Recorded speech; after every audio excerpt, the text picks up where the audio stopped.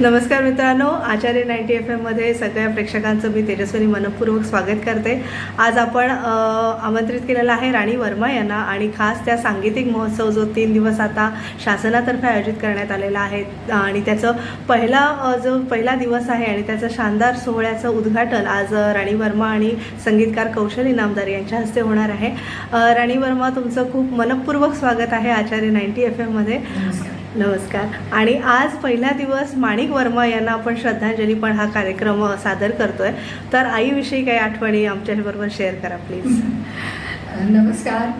मला सर्वात प्रथम मी महाराष्ट्र शासनाचं अभिनंदन करते की त्यांनी हा अतिशय स्तुत्य असा उपक्रम सुरू केला आहे आजपासून 3 दिवस 26, 27, 28 मार्च की ज्यामध्ये माणिकबाई, नंतर पंडित राव मराठे, श्रीयुत विद्याधर गोखले आणि पंडित CR व्यास यांच्या स्मृतीत हे 3 दिवस कार्यक्रम होणार आहेत। खूप बरं वाटलं तेव्हा नार्वेकर साहेबांनी सांगितलं की अशी त्यांची इच्छा आहे। अर्थात आईबद्दल तर किती बोलावं आणि किती नाही हे म्हणजे त्याला काही सीमाच नाही। आईचा विषय निघाला की आम्हाला सगळ्यांना खूप दाटून येतं, अर्थात कारण महाराष्ट्रानेही आणि महाराष्ट्रातल्या रसिकांनी इतकं आईवर प्रेम केलं आहे की त्यांचं ते प्रेम बघून आईला पण खूप गदल्यासारखं वाटायचं आणि ती नेहमी बोलून दाखवायची की महाराष्ट्राच्या रसिकांनी जे माझ्यावर प्रेम केलं त्यामुळेच मी आज एवढी मोठी कलाकार बनू शकले।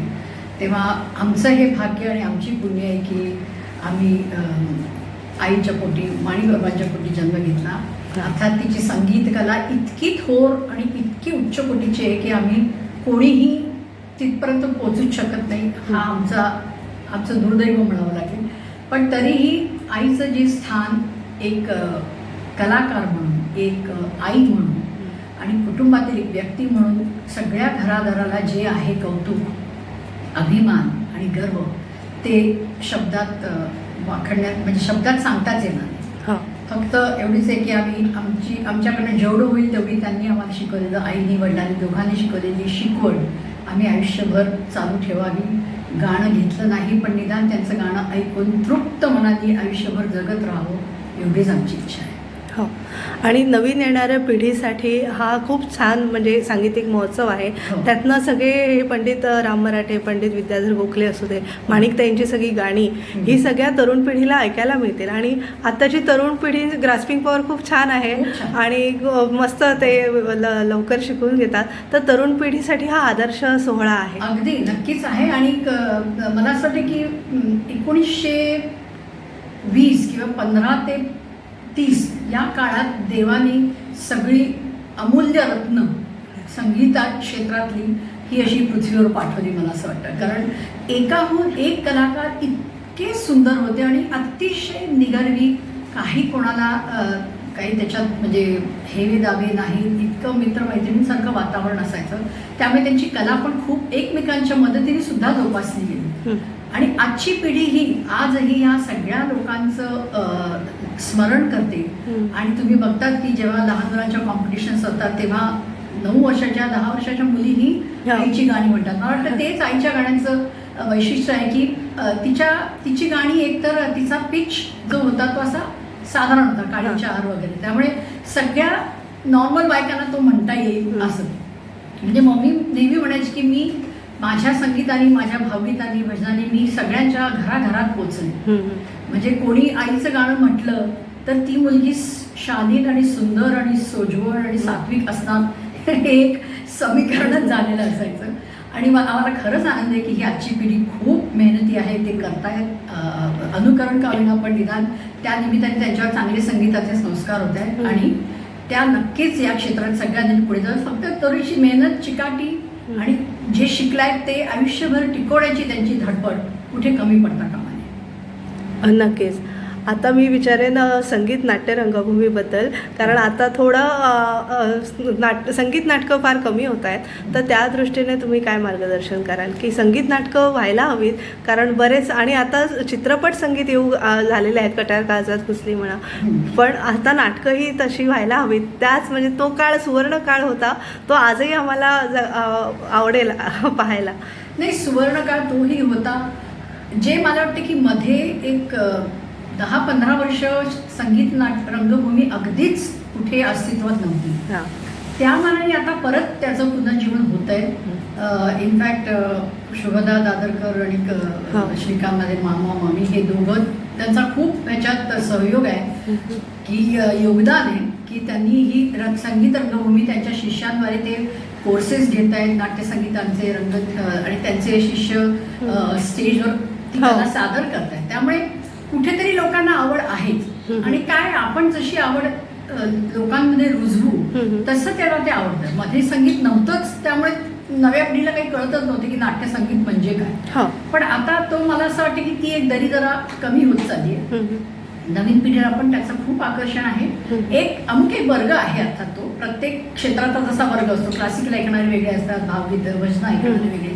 पण नाट्यसंगीत हे म्हणजे त्याचा कुठेही त्याच्या कमतरता आहे असं मी म्हणणार नाही. त्याला थोडंसं अजून पुश झालं पाहिजे आणि मला आय एम शुअर की महाराष्ट्र सरकार जे हे उपक्रम करत आहेत त्या निमित्ताने नक्कीच नवीन पिढी हात पुन्हा एकदा येईल आणि आपल्याला पुन्हा एकदा ते जुने दिवस बालगंधर्वजी, केशवराव भोळे, नंतर मासुद्दीना ह्या सगळ्यांच्या इतकं तर कोणाचाच गाठता येणार नाही ती उंची. पण तरीही लहान मुलांनी डेफिनेटली प्रयत्न करावे. तरुण पिढी करतायत त्याचं मला खरंच कौतुक आहे. खूप खूप आभारी. थँक्यू राणीताई. थँक्यू.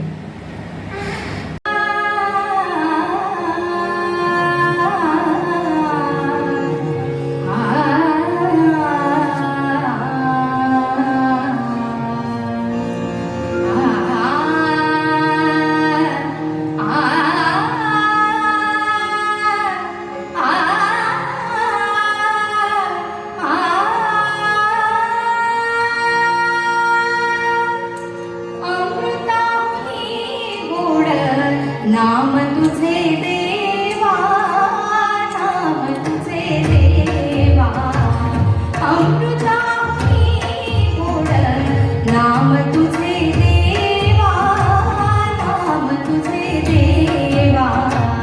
मन माझे केशवा, मन माझे केशवा,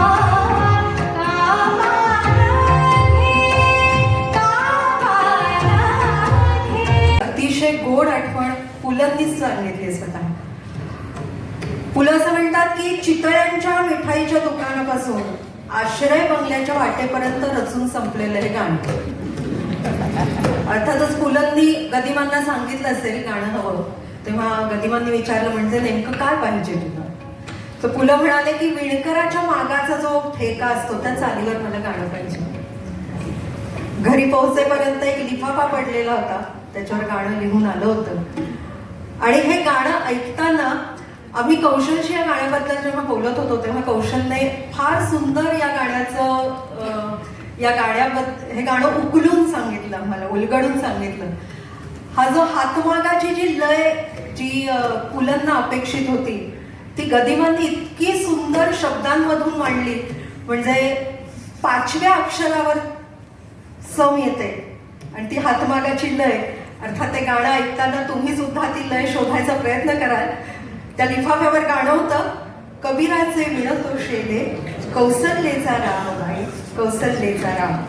सुलोचनाबाईंचा अत्यंत सात्विक असा चेहरा आणि त्या चेहऱ्याला जाईल असाच सात्विक आवाज माणिकबाईंचा. ऐकूया मधुरा. कबीराचे विणतो शेले, कौसल्याचा राम बाई, कौसल्याचा राम.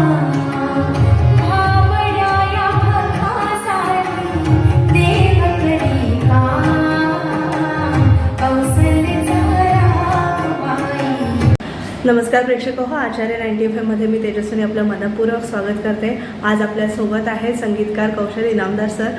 इनामदार सर, मनपूर्वक स्वागत आहे तुमचं आचार्य 90 FM मध्ये. सर, आज 3 दिवस सांगीतिक महोत्सव होतं, शासनातर्फे हा आयोजित केलेला आहे. पंडित विद्याधर गोखले, माणिक वर्मा, राम मराठे आणि विद्याधर गोखले यांना समर्पित असा हा कार्यक्रम आहे. एक संगीतकार म्हणून या सांगीतिक महोत्सवाकडे तुम्ही कसं पाहता? मला असं एक फार आनंदाने सांगावंसं वाटतं की हा जो आपला वारसा आहे आणि की याच्यापैकी 3 हे गायक होते की पंडित सी आर व्यास, पंडित राम मराठे, विदुश्री माणिक वर्मा आणि विद्याधर गोखले हे अत्यंत प्रतिभावंत असे ओजस्वी ज्यांची शब्दकळा होती असे कवी आणि नाटककार होते. आणि राम मराठे याच्यापैकी सोडले तर थोडा थोडा सहवास मला या तिघांचाही मिळालेला आहे. अच्छा, किती भाग्यवान तुम्ही. खरंच खूप भाग्यवान. आणि मला आठवतंय की याच सभागृहात म्हणजे दादर माटुंगा कल्चरल सेंटरमध्ये 96 साली माझा पहिला जो अल्बम रिलीज झाला शुभ्रगळ्या मुठवर, त्याचं जे ध्वनिमुद्रण होतं ते मी राणी वर्मांच्या स्टुडिओमध्ये गेलो वा. होतो, SL स्टुडिओ. आणि त्याचं प्रकाशन हे माणिक वर्मांच्या हस्ते झालं. वा. आणि त्यामुळे या वास्तूमध्ये सुद्धा माझ्या अशा माणिकताईंशी जोडल्या गेलेल्या बऱ्याच आठवणी आहेत. कारण माझ्यात माणिकताईंचा भाचा ओंकार दादरकर हा माझ्या कार्यक्रमातून गायचा तेव्हा. नंतर तो कलकत्त्याला गेला आणि आता तो फार व्यावसायिक मोठा असा शास्त्रीय संगीतकार झालेला आहे. पण तेव्हा आम्ही सगळे एकत्र गायचो. आणि माणिकताई अनेकदा आमच्या कार्यक्रमांना आलेल्या आहेत तिथे दादर माटुंगा कल्चरल सेंटर किंवा इथेच थोड्या अंतरावर असलेलं ब्राह्मण सेवा मंडळ. आणि एखाद्या आजीनी आपलं गाणं ॲप्रिशिएट करावं, त्याला दाद द्यावी, त्याचं कौतुक करावं, तसं माणिकताईंनी आमच्या गाण्याला दाद दिली आहे. आम्हाला आमचं कौतुक केलं, आम्हाला प्रोत्साहन दिलं. हे सगळं असताना त्यांच्या गाण्यांचा आमच्यावर झालेला संस्कार आम्ही कधीही विसरू शकत नाही. याचं कारण असं की मला असं वाटतं की माणिक वर्मा हे मराठी भावसंगीतातलं देवघर आहे. म्हणजे तुम्ही समजा मराठी भावसंगीताचं ही एक वास्तू धरलीत तर त्याच्यात देवघर कुठलं असेल तर ते माणिक वर्मा आहे. कारण त्यांच्या आवाजात जो सात्विकपणा होता, जो एक साधेपणा होता, तो त्याला एक देवाला वाहिलेल्या फुलांचा जो निर्मळ सुगंध असतो आणि तसा सुगंध त्यांच्या गाण्याला होता. पावित्र्य आणि मांगल्य, पावित्र्य या सगळ्या गोष्टी आपण माणिकताईंच्या आवाजाशी जोडतो. योगायोगाची गोष्ट अशी की 1985-86 साली मी शाळेत होतो तेव्हा माझ्या वडिलांनी पहिल्यांदा रेकॉर्ड प्लेअर घरी आणला. आणि त्या पहिल्या 10 रेकॉर्ड्समध्ये मानापमान या नाटकाची रेकॉर्ड होती. आणि त्याच्यात धनराशी जाता आणि खरा तो प्रेमा ही गाणी, ही पदं माणिकताईंनी गायली होती. आणि त्यामुळे आमच्या त्या रेकॉर्ड प्लेअरवर त्या सगळ्या गाण्याची सुरुवात झाली ते एका अर्थाने माणिकताईंच्या आवाजाची. त्यामुळे पहिल्यांदा तिथे ऐकलेला आवाज तो असा कानात माझ्या घट्ट बसला. आणि त्यामुळे पहिला जेव्हा माझा अल्बम रिलीज झाला तेव्हा माझ्या मनात माणिकताईंशिवाय दुसरं कुठलंही नाव नव्हतं की माणिकताईंनीच आपल्या अल्बमचं प्रकाशन करावं. आणि ती इच्छा म्हणजे पूर्ण झाली. शासनातर्फे हा स्तुत्य उपक्रम आहे 3 दिवसीय सांगीतिक महोत्सवाचा. पण मला वाटतं आपल्याकडे पुण्याला ललित कला केंद्र आहे, मुंबईत मुंबई विद्यापीठ आहे, SNDT आहे. हे सगळे माध्यमं आहेत मुलांसाठी संगीत किंवा प्रत्यक्ष गुरु शिष्य परंपरेतूनही आपण संगीत शिकू शकतो. पण तरीसुद्धा मला वाटतं शाळा आणि कॉलेजमध्ये 1 तास तरी म्हणजे गोव्यामध्ये आहे बघा 1 तास संगीताचा, तसं महाराष्ट्रातही किंवा आपल्या सगळीकडे 1 तास संगीताचा असावा. कारण एक संगीताचा जसा झाडं पशु पक्षी या सगळ्यांवर एक परिणाम होतो तसा माणसाच्या मनावर सुद्धा होतो. या दृष्टीने तुम्हाला काय वाटतं? नाही, अगदी मी सहमत आहे या गोष्टीशी की एका अर्थाने काय झालं की या शहरीकरणामुळे, आणि तुम्ही आता गोव्याचं उदाहरण घेतलं की गोव्याने आपली सांगीतिक परंपरा ही फार उत्कृष्ट जपलेली आहे. आणि महाराष्ट्राने गोव्याकडून शिकावं असं मला त्याच्या बाबतीत वाटतं की काय झालं की शहरीकरणामुळे जेव्हा सगळे गावातनं शहराकडे लोंढे आले आणि लोक सुद्धा व्यवसायाच्या निमित्ताने इकडे आले, तेव्हा जो रोजचा भाग होता आपला कलेचा, जे रोजच्या आयुष्यातलं स्थान होतं, तर आपण रांगोळी घालायचो, गाणं म्हणायचो, बायका उभ्या गायच्या, आया पूर्वी आपल्याला म्हणजे त्या जात्यावर उभ्या गायच्या, रात्री आया त्यांच्या मुलांसाठी अंगाई गीतं गायच्या. आता तुम्हाला अंगाई गाणाऱ्या आया सापडतील का नाही ही शंका आहे, कारण जे रोजच्या आयुष्यातली जी कला होती ती आपण आर्ट गॅलरी आणि कॉन्सर्ट हॉल्सना आउटसोर्स केली. की गाणं ऐकायची जागा म्हणजे तुम्ही हेडफोनवर तरी ऐका किंवा तुम्ही कुठेतरी बाहेर तुमच्या घराच्या बाहेर जाऊन ऐका. तर हे रोजचा भाग तुमचा गाण्याचा होता आणि प्रत्येक जण अगदी कॉन्सर्ट हॉलमध्ये जाऊन गायला नाही तरी घरच्या घरी गाईल इतका सुरेलपणा. आणि माझं हे स्पष्ट मत आहे की कोणी जन्मतः बेसुरा नसतो, अगदी क्वचित प्रसंगी. जन्मतः आपण सगळे सुरीले असतो, पण हळूहळू आपल्या सगळ्या शिक्षण पद्धतीमुळे असेल किंवा जीवनाच्या राहटगळ्यात असेल, आपण त्या सुरांमधनं बाहेर पडतो. तर याच्यासाठी तुम्ही म्हणता तसा 1 तास संगीताचा असे उपक्रम समजा शाळांमधनं आणि घराघरांमधनं, की सगळी जबाबदारी शाळेवर टाकायची गरज नाही. ही जबाबदारी सहज आपल्या घरात होऊ शकते की रोज थोडं एकत्र गायला बसायचं. आपल्या ज्यांचा आवाज चांगला असेल त्याला रोज एखादं गाणं सांग. आयांनी त्यांच्या बाळांसाठी रोज एक अंगाई गीत गायलं. सकाळी आता तुम्ही जात्यावर बसत नाही पण काम करता करता किचन मधलं तुम्ही गाणी गुणगुणला तर आपल्याकडे तुम्ही बघा आता कॅफेज किंवा रेस्टॉरंट्स मध्ये सतत गाणं म्हणजे संगीत लावून ठेवलं. ते तसं न करता शांततेचा माहोल निर्माण केला पाहिजे, कारण गाणं हे आपल्या मनात चाललं पाहिजे. आणि त्याच्यासाठी तुम्हाला सतत म्हणजे आयदर कोलाहलाचं वातावरण किंवा जिथे संगीत लागलं पाहिजे तिथे ते लागत नाही, जिथे ते पाहिजे तिथे लागत नाही, जिथे नको ते प्रचंड मोठ्या आवाजात लागतं. तर हे थांबलं तर आपोआप संगीत पुन्हा एकदा आपल्या आयुष्याचा भाग होईल.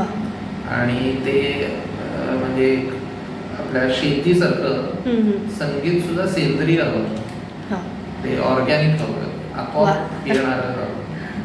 कितीच खूप सुंदर सांगितलं. आता एक संगीतकार म्हणून म्हणजे तुमचं मराठी पाऊल पडते पुढे हे फार गाणं गाजलं. आता नवीन काही संकल्पना आहे, काही विचार चालू आहे, काही नवीन निर्मिती करायची? विचार तर खूप चालू आहेत आणि एका निर्मितीची प्रक्रिया सुद्धा आमची आता सुरू झालेली आहे.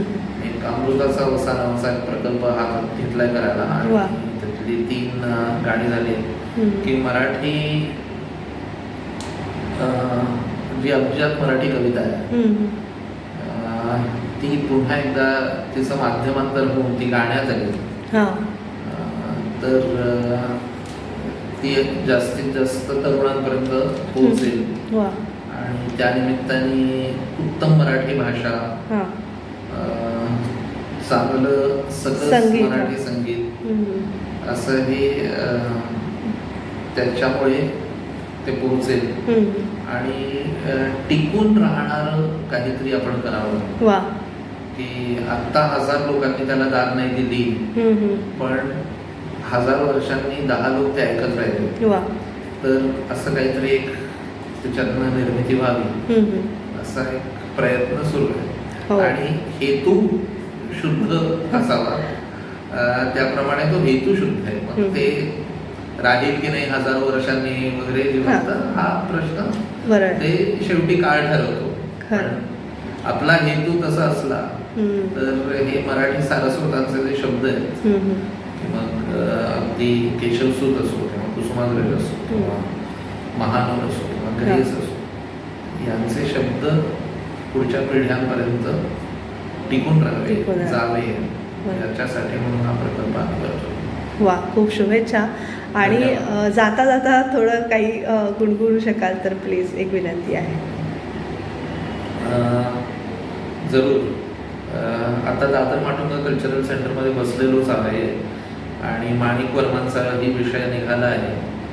तर ज्या माझ्या गाण्याचं प्रकाशन हे माणिक त्यांच्या हस्ते झालं, वा, त्यातल्या गाण्याचा एक भाग मी म्हणतो की शांताबाई शेळक्यांच्या कविता होत्या त्या सगळ्या, हा. त्यांनी लिहिलेली गीत होती. तर त्याच्यातलंच एक हे गीत की शुभ्र पक्षी गगनलक्षी, शुभ्र पक्षी गगनलक्षी, सागरी लाटा निळा, सांज किरणी सोनियाच्या, सांज किरणी सोनियाच्या, जुळून तुटती साखळ्या, मांड पाठीशी उभारे, संत झुलली झावळी, संगती माझ्या सखी, सुखद सुंदर सावळी. वा, वा. खूप छान आणि खूप आभार आणि खरंच खूप छान वाटलं. धन्यवाद. थँक्यू. एक गोष्ट सांगितली आणि गोष्ट सांगण्याचा एक नियम असतो की दाखवा, नुसतं सांगू नका. तर तसं या गाण्यामध्ये काहीतरी दाखवलंय. तर काय दाखवलंय की, आणि या नियमाचा फार सुंदर आणि पुरेपूर वापर गदिमांनी या गाण्यामध्ये केला. म्हणजे सुटली वेणी केस मोकळे, धूळ उडाली भरले डोळे, काजळ गाली सहज ओघळे. शब्दातून दाखवतायत गदिमा. या साऱ्याचा उद्या गोकुळीत होईल अर्थ निराळा. आता ही जी संदिग्धता आहे, काय अर्थ निराळा, तर हेच त्या कवितेचं वैशिष्ट्य असतं किंवा कवीचं वैशिष्ट्य असतं की त्या संदिग्धतेमध्ये कवी रसिकालाही सामील करून घेत असतो. आणि हे सगळं गायक रसिकांपर्यंत पोहोचवतो. तर तो नुसते शब्द पोहोचवत नाही, तर त्या शब्दांभोवती, त्या ध्वनीभोवती अर्थाचं एक वलय तयार करतो. आणि हे जे कसब आहे हे माणिकबाईंना अत्यंत लीलया जमलं होतं. म्हणूनच घननिळा, लढीवाळा या सगळ्या गीतातली, या गोष्टीतली जी संदिग्धता आहे ती सुद्धा पुरेपूर आपल्या मनात उतरते आणि म्हणून ते गाणं अजूनही आपल्या मनाचा ठाव घेतं. ऐकूया घननिळा, लढीवाळा.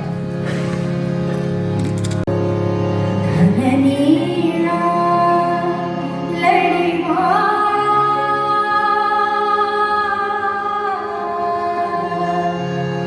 झुलवून मोहीम जोडा रे, झुलवून मोहीम जोडा. घननीळा लढीवाळा, झुलवून मोहीम जोडा, झुलवून मोहीम जोडा.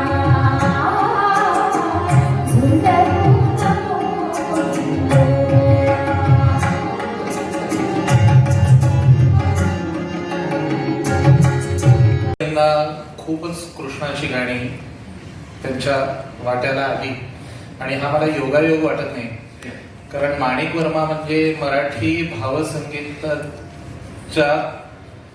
वास्तूमधलं देवघर आहे. त्यांचा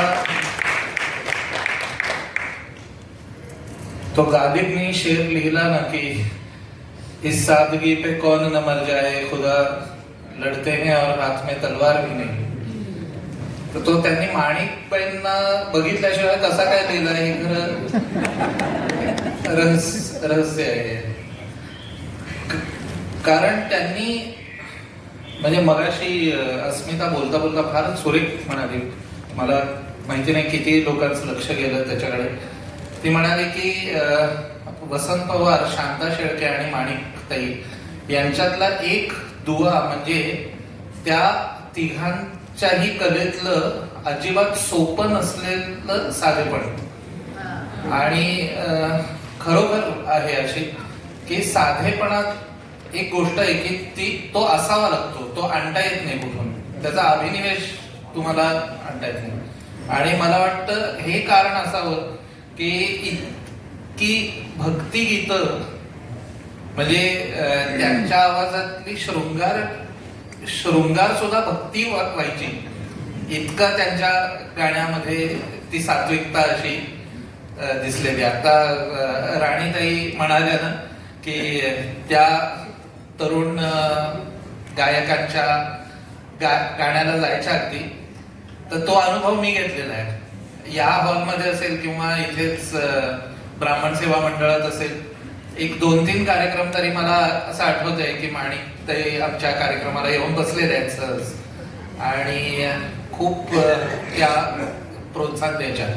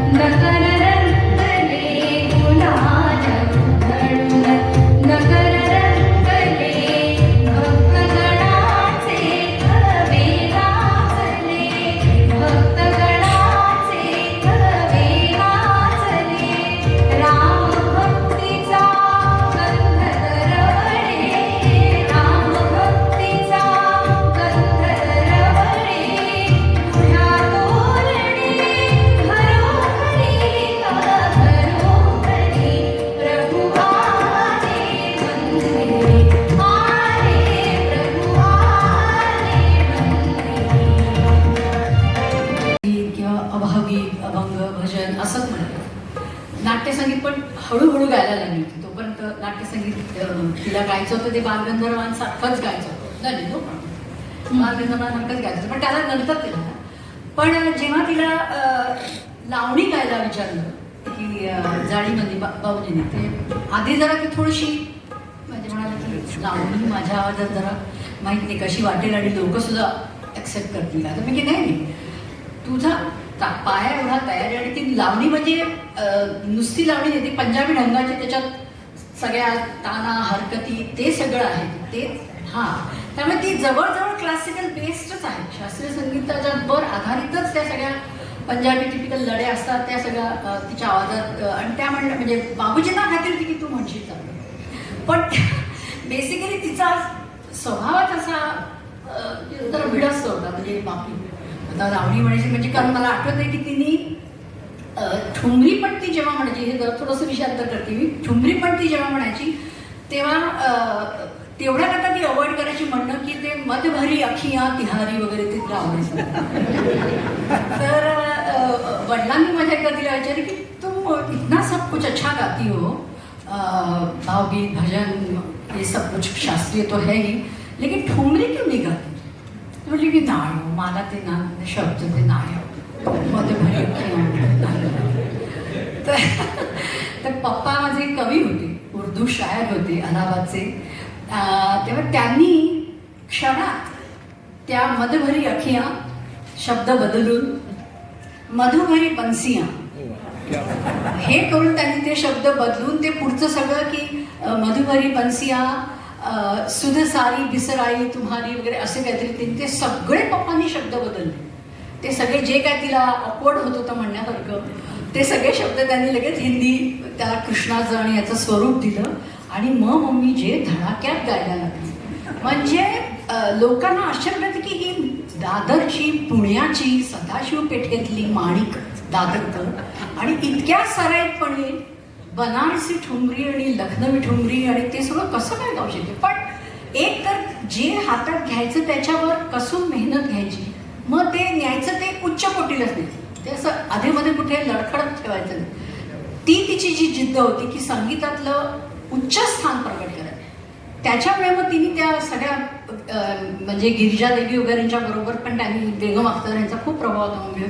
त्या सगळ्या परत ऐकून त्यांच्या त्या जागा बसवून पंजाबी ढंगाची तिने त्या गळ्यात हे केलं आणि मग बाबूजींनी त्यांना गायलं.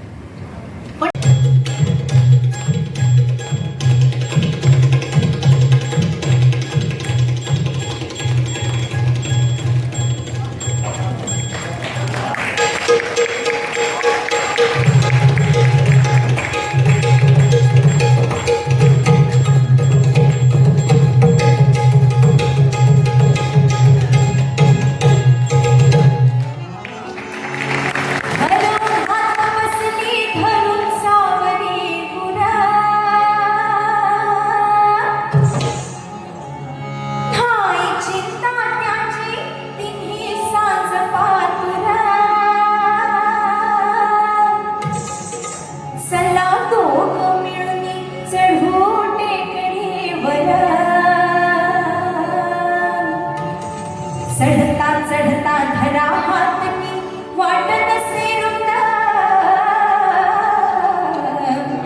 अन जाळी मंदी कधी करवंद, जाळी मंदी कधी करवंद, जाळी मंदी कधी करवंद, जाळी मंदी कधी करवंद. पण बाबूजींना अतिशय बाबूजींची आवडती गायिका म्हणजे माणिक वर्मा. म्हणजे त्यांना असं वाटतं की इतकं परिपूर्ण आणि एक अभिजात संगीताच्या संस्कारांनी परिपूर्ण असं गाणं, त्यातूनही तेवढंच स्वरांवर हुकूमत्व, नंतर सामर्थ्य, ताकद आणि लयीचा, शब्दांचा, भावनांचा सगळा असा सुरेख संगम माणिकच्या आवाजात आहे. त्यामुळे त्यांनी हे HMVला तिचं गाणं, त्यांचं गाणं जे ऐकलं होतं मम्मीचं, आणि तेव्हा बाबूजींची खूप गाणी HMVला रेकॉर्ड व्हायची. तर त्यांनी इन्सिस्ट केलं की हे सावळाचा रंग माणिकबाईंकडनं मला गाणं, कारण मम्मीची तयारी एकूण तशी गाण्याची ती होती. त्यामुळे त्यांना वाटत होतं की माणिकने हे गावं. तर त्यांनी HMVच्या म्हणजे लोकांकडे आग्रह केला की हे गाणं मला नवीन एक मी चाल केली आहे, तर ती माणिकबाईंच्या आवाजात मला रेकॉर्ड करायची. पण तेव्हाचे HMVचे अधिकारी जरा थोडेसे नाराज होते की नाही हो, त्यांचा आवाज आम्ही ऐकला आहे, ते काही बरोबर नाही आहे, ते जरासा नाकातला आवाज आहे आणि ते काही बरोबर नाही आहे त्याचा आवाज, तर तुम्ही नका, तुम्ही दुसऱ्या कोणाकडे तरी गाऊया. तर पण बाबूजी हट्टाला पेटले होते की नाही, मला जर तुम्ही हे गाणं सांगितलं करायला तर मी माणिकच्या शिवाय हे गाणं कोणाकडनं रेकॉर्ड करून घेणार नाही. तेव्हा तुम्ही बघा, तुम्हाला हे गाणं हवं आहे का, नाही तर मग ठीक आहे, मग तुम्ही दुसरं कोणाला तरी बघा. तेव्हा मग त्यांनी जरा विचार केला आणि ते म्हणाले की ठीक आहे, तर तुम्ही एवढं सांगताय, तुमचा मान राखलाच पाहिजे. म्हणून मग त्यांनी हो म्हटलं. त्यानंतर बाबूजींनी मम्मीला हे गाणं ऐकवलं आणि मम्मीला खरं म्हणजे जरा भीती होती, कारण ताल वेगळे होते त्या गाण्यात, त्याच्यात परत अतिशय क्लासिकलचा बेस आणि एक एक जागा अशा भारदस्त हव्या होत्या. म्हणजे जरी गाणं सोपं वाटलं ऐकायला तरी अतिशय कठीण आहे. मम्मीनी त्या गाण्यावर आणि बाबूजींनी, अर्थात आम्ही त्या दोघांनी मिळून जवळजवळ 3 ते 4 महिने मेहनत घेतली. 3 ते 4 महिने ते गाणं माणिकबाईंकडनं त्यांनी प्रॅक्टिस करून घेतलं, परफेक्शन होईपर्यंत करून घेतलं आणि मग ते HMVला अप्रोच झाले. ते म्हणाले की हां, आता माणिकजी तयार आहेत, तुम्ही रेकॉर्ड करून घ्या. तरी पण थोडंसं साशंक मनानेच त्यांनी ते रेकॉर्ड केलं आणि रेकॉर्ड झाल्यानंतर जी काय ती दॅट्स हिस्ट्री. म्हणजे ते गाणं इतकं प्रसिद्ध झालं की म्हणजे बाबूजी पण शेवटी चेष्टेने म्हणायची की ती आता सावळा रंग, आता ते रेकॉर्ड पांढरी व्हायची वेळ येते. इतकं ते गाणं गायलं आणि अशी मम्मीची एकही मैफिल त्यानंतर झाली नाही की लोकांनी आग्रह करून ते गाणं म्हणायला लावलं नाही. म्हणजे ते गाणं अमर झालं. आजही तुम्ही ऐकाल जर ते गाणं तर तितकंच ताजं तवानं आणि त्याच्या मागची मेहनत, जी काही एक कसदार आवाज तयार करण्याची आणि भारदस्त आवाज लावण्याची पद्धत जी बाबूजींनी मम्मीकडनं करून घेतली, त्याचं हे चीज आहे. म्हणजे हॅट्स ऑफ टू बोथ.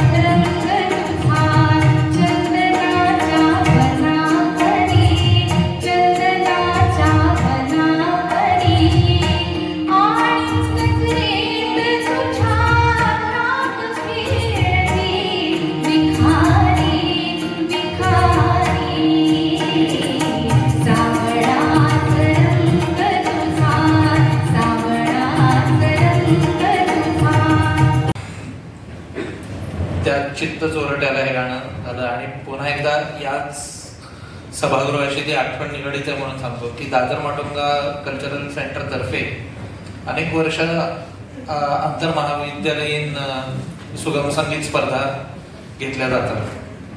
आणि एका सुगम संगीत स्पर्धेत मी जज होतो. त्या वर्षी पहिलं बक्षीस आणि दुसरं बक्षीस ही दोन्ही या एकाच गाण्याला मिळाली होती. म्हणजे त्या दोघी गायिकांनी हेच गाणं म्हटलं होतं. त्या स्पर्धेत एकूण 4-5 जणांनी हेच गाणं म्हटलं होतं. त्यातल्या ज्या पहिल्या 2 त्यांनी हेच गाणं म्हटलं होतं. तर मी जे म्हटलं होतं ना की ही एक आशा दिली की प्रत्येक घरातल्या मुलीला आपण गाणं म्हणू शकू, हा जो एक आत्मविश्वास मिळाला तो माणिक वर्मांच्या गाण्यामुळे.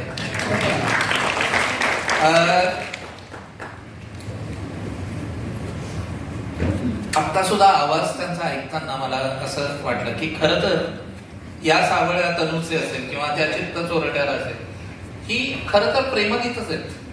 त्याच्यात कुठेही कृष्णाचा उल्लेख नाहीये. तरी आपण म्हणतो की कृष्णाची गाणी खूप गायली, कारण त्यांच्या त्या शृंगार गीत सुद्धा त्याचा भक्तिरस व्हायचा त्या एका टप्प्याला त्या नेऊन ठेवायच्या गाणं, कारण त्याच्यात अभिनिवेश नव्हता. आणि मला ते वाटतं की ऑस्कर वाईल्ड एका ठिकाणी म्हणालेलं आहे की pathos does not move me but beauty brings tears to my eyes. की कारुण्य माझ्यावर काही इतका असर करत नाही, पण सौंदर्य बघितलं की डोळ्यात पाणी येतं. तसं माणिक त्यांचं गाणं होतं की ते कुठलाही अनुभव काही असो त्याच्यातला तुमच्या डोळ्यात पाणी तरळतं, कारण तुम्हाला काहीतरी आत खूप हलतं आपल्या. आणि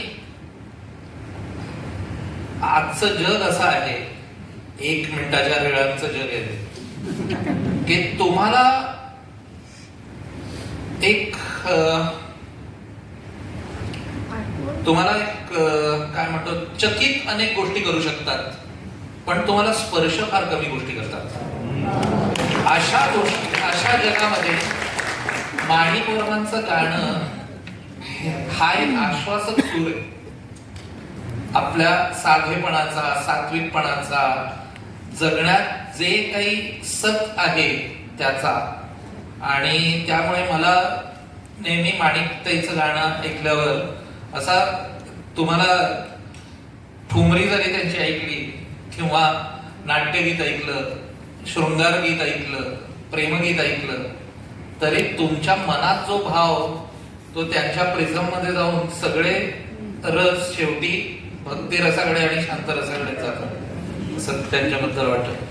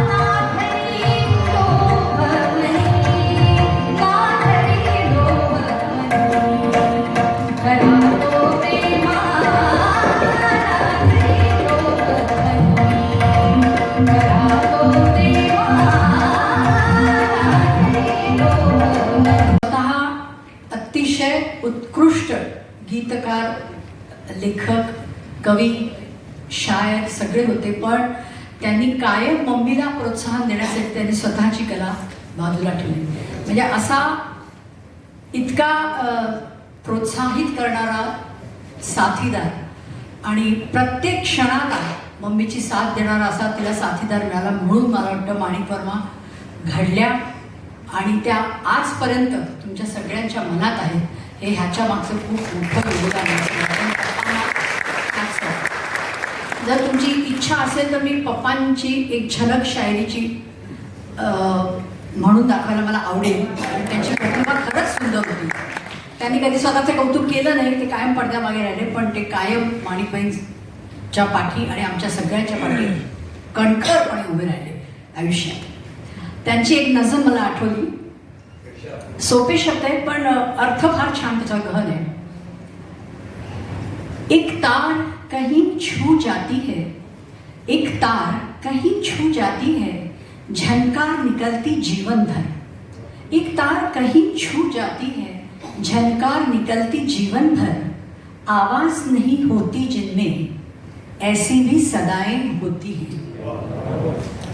भीतर सांसों की बेचैनी बाहर वाले कब जान सके. भीतर सांसों की बेचैनी बाहर वाले कब जान सके. तूफान उठे पत्ते न हिले, ऐसी भी हवाएं होती हैं. तुमने देखा एक बार मुझे, दुख दर्द मिटा आराम मिला. तुमने देखा एक बार मुझे, दुख दर्द मिटा आराम मिला. नजरों से पिलाई जाती है, ऐसी भी दवाएं होती हैं. आणि शेवटचा एक शेर होता की कर गया फैसला किस्मत का, आएंगे मिलने आज रात. कर गया फैसला किस्मत का, आएंगे मिलने आज रात. इंसान खुशी से मर जाए, ऐसी भी सजाएं होती है. Thank you papa mummy. मी संगीताची मनोभावे सेवा करत आहे. या माझ्या यशस्वी वाटचालीत मला अनेक हितचिंतकांचे, गुरुजनांचे व माझे पती श्री अमर वर्मा यांचे अनमोल सहकार्य लाभले व त्याबद्दल मी सर्वांची अत्यंत ऋणी आहे. नारी